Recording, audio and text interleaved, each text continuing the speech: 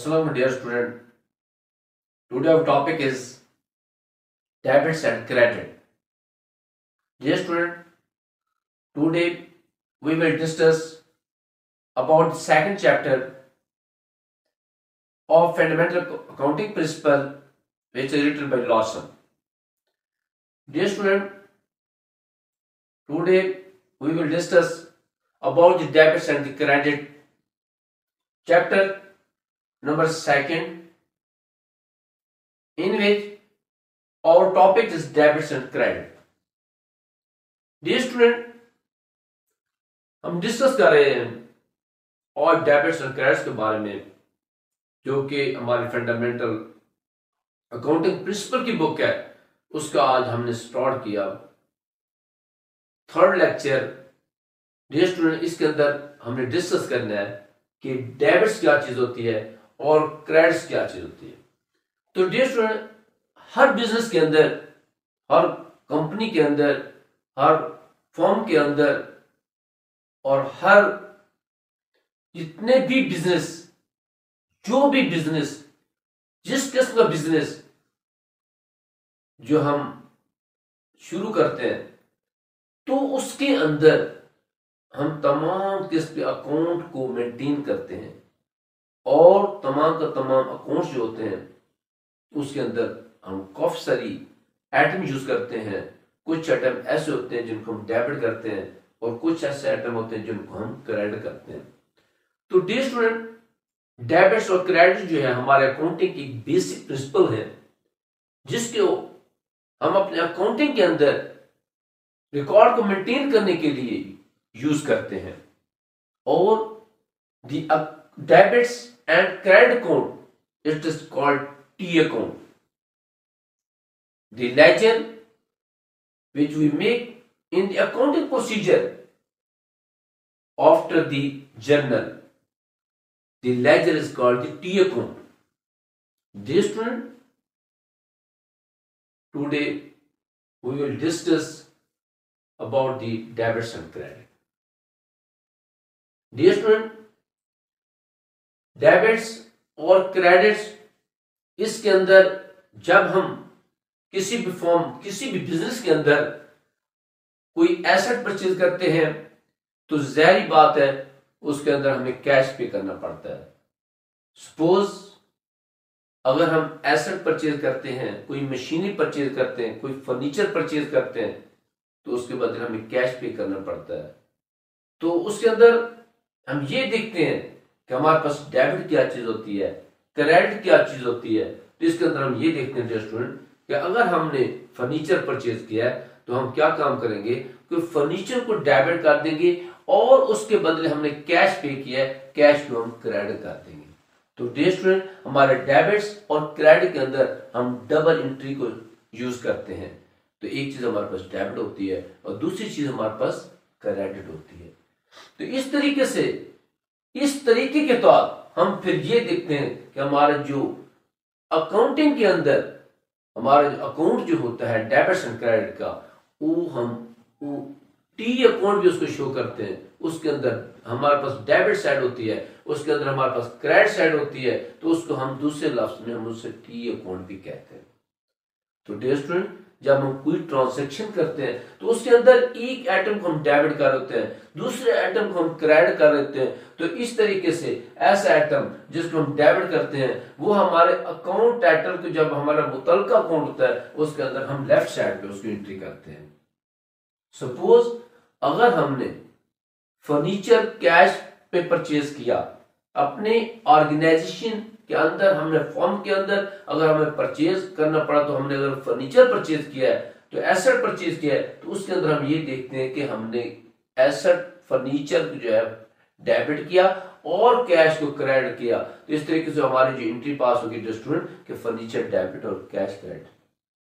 अब इसके अंदर हम ये देखते हैं कि हमारा फर्नीचर भी एसेट और कैश भी एसेट है, लेकिन एक एसेट में इजाफा हो रहा है और दूसरे एसेट में कमी हो रही है। डियर स्टूडेंट, ऐसा एसेट जिसको हम डेबिट करते हैं, ऐसा एसेट जिसमें इजाफा हो रहा है तो हम उसको डेबिट करते हैं, और ऐसा एसेट जिसमें कमी हो रही है डियर स्टूडेंट उसको हम क्रेडिट करते हैं।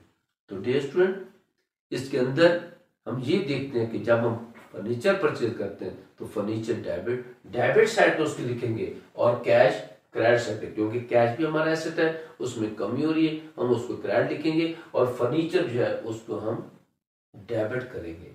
अगर 10,000 का हमने पे किया तो फर्नीचर 10,000 से डेबिट हो जाएगा और उसी लिहाज से कैश हमारा 10,000 से क्रेडिट हो जाएगा।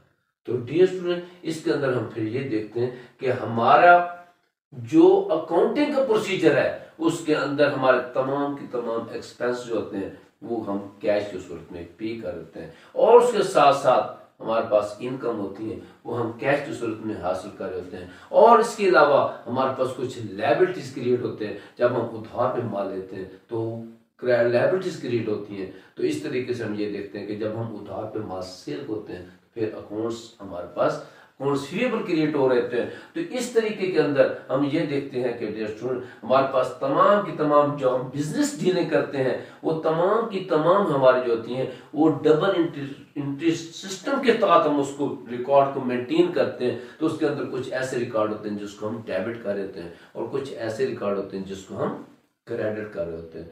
तो डियर स्टूडेंट, इसके अंदर हमारे पास मेन प्रिंसिपल है डेबिट एंड क्रेडिट का, ये जो असूल है हमारे पास ये बेसिक प्रिंसिपल है। डियर स्टूडेंट, इसके अंदर फिर क्या होता है कि हमारे पास ये अकाउंट जो है इसके ऊपर हम अकाउंट का टाइटल लिखते हैं। अगर जब हम अकाउंट बना रहे मुख्तलिफ जनरल एंट्री पास करने के बाद फिर हम उसका अकाउंट तैयार करते हैं तो उस अकाउंट के अंदर हम सबसे पहले ऊपर टाइटल लिखते हैं। जो अगर हम फर्नीचर को अकाउंट बना रहे हैं तो फर्नीचर लिखेंगे, कैपिटल का अकाउंट बना रहे हैं तो ऊपर कैपिटल लिखेंगे, अगर हम कैश का अकाउंट बना रहे हैं तो ऊपर अकाउंट्स का टाइटल लिखेंगे, cash account, furniture account, capital account, तो सैलरी अकाउंट, इस तरीके से ऊपर हम टाइटल लिखते हैं।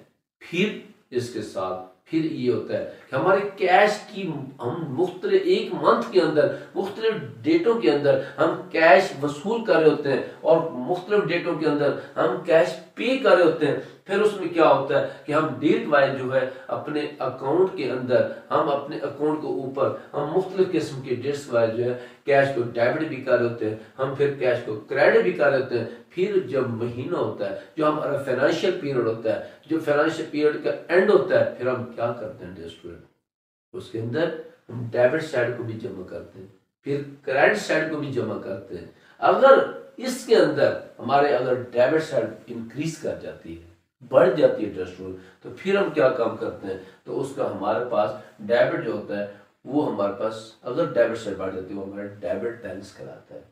और इसके साथ अगर हमारा क्रेडिट साइड बढ़ जाती है तो वो हमारा क्रेडिट बैलेंस कहलाता है। तो डियर स्टूडेंट, डेबिट बैलेंस उस सूरत में होगा जब हमारी डेबिट साइड की अमाउंट बढ़ जाती है, तो उसके साथ लेफ्ट साइड बढ़ जाती है तो फिर हम उसको डेबिट साइड कहते हैं, डेबिट बैलेंस कहते हैं। और उसके बाद जब राइट साइड बढ़ जाती है तो फिर उसके अंदर हम उसको क्रेडिट बैलेंस कहते हैं। तो डियर स्टूडेंट, इसके अंदर हमने क्या काम करना होता है, ये टोटल अमाउंट को हम जमा करते हैं, ये दोनों साइडों को जमा करके हमें पता चल जाता है कि हमारी साइड कौन सी बढ़ी है, डेबिट बैलेंस बढ़ा है या क्रेडिट बैलेंस निकलता है। तो अगर दोनों सूरत में हम इनका बैलेंस को कैलकुलेट करते हैं। तो डियर स्टूडेंट, ये हमारा था एक छोटा सा टॉपिक, इसके अंदर हम ये देखते हैं कि हमारे पास कौन कौन से डेबिट चीजें होते हैं, कौन कौन सी। डियर स्टूडेंट, नेक्स्ट लेक्चर के अंदर जहाँ के हम डबल एंट्री प्रोसीजर को जब हम देखेंगे, जब हम उसके अंदर हम डबल एंट्री के अंदर हम ये देखेंगे वो किस डबल सिस्टम क्या होता है, उसके अंदर हम कौन किस चीज को डेबिट करते हैं, कौन कौन चीज को क्रेडिट करते हैं और हर डबल एंट्री के अंदर हम किस तरीके से एंट्री करते हैं। तो डियर स्टूडेंट, आज जो हमने डिस्कस किया, इस लेक्चर के अंदर जो डिस्कस किया वो ये किया कि हमारे पास टी अकाउंट क्या होता है। किसी भी चीज का जब अकाउंट तैयार करते हैं उसकी टू साइड होते हैं, हमने डेबिट साइड डिसाइड कर दी, क्रेडिट साइड, इस तरीके से हम इसको टी अकाउंट की जो शेप हमारे पास बनती है वो टी अकाउंट इसको कहते हैं। और इसके अलावा जब हम जनरल के बाद लेजर तैयार करते हैं वो उसकी जो शेप होती है वो भी एक टी अकाउंट की मानद होती है। तो डियर स्टूडेंट, ये हमारा छोटा सा टॉपिक था बेसिक अकाउंटिंग के बारे में था, क्योंकि यहाँ से हमारी अकाउंटिंग स्टार्ट हो रही है। तो डियर स्टूडेंट, जो भी हमारे स्टूडेंट हैं, जो हमारे चैनल से वास्ते हैं और जो भी हमारे ब्राइट एजुकेशन के अंदर लेक्चर सुन रहे हैं, तो डियर स्टूडेंट आप हमारे साथ साथ साथ हमारे लेक्चर सुनते जाएं। इंशाल्लाह आपको बेसिक अकाउंटिंग के बारे में सारे कंसेप्ट क्लियर होंगे। तो डियर स्टूडेंट, हर टीचर की कोशिश होती है कि वो बच्चे को ज़्यादा से ज़्यादा कंसेप्ट क्लियर करवाता है, ताकि आने वाली क्लास में उसे किसी तरह की कोई प्रॉब्लम फेस ना करना पड़े। अगर आज स्टूडेंट बेसिक पॉइंट्स आज उसको समझ आ जाते हैं, वो इसको क्लियर कर लेता है, तो फिर आने वाली क्लास में उसे किसी तरह की कोई प्रॉब्लम क्रिएट नहीं होती। तो डियर स्टूडेंट, मुझे उम्मीद है कि आपको आज डेबिट्स और क्रेडिट के बारे में जो मैंने इंफॉर्मेशन दी है, जो मैंने लेक्चर दिया है, आपको समझ आ गई होगी। लेकिन फिर भी इसके अलावा किसी तरह का कोई प्रॉब्लम क्रिएट होता है तो आप हमें कमेंट्स में लाजमी शेयर करें, हम आपको गाइड करेंगे। तो डियर स्टूडेंट, इस वक्त के लिए मैं आपसे इजाजत चाहता हूँ। अल्लाह हाफिज।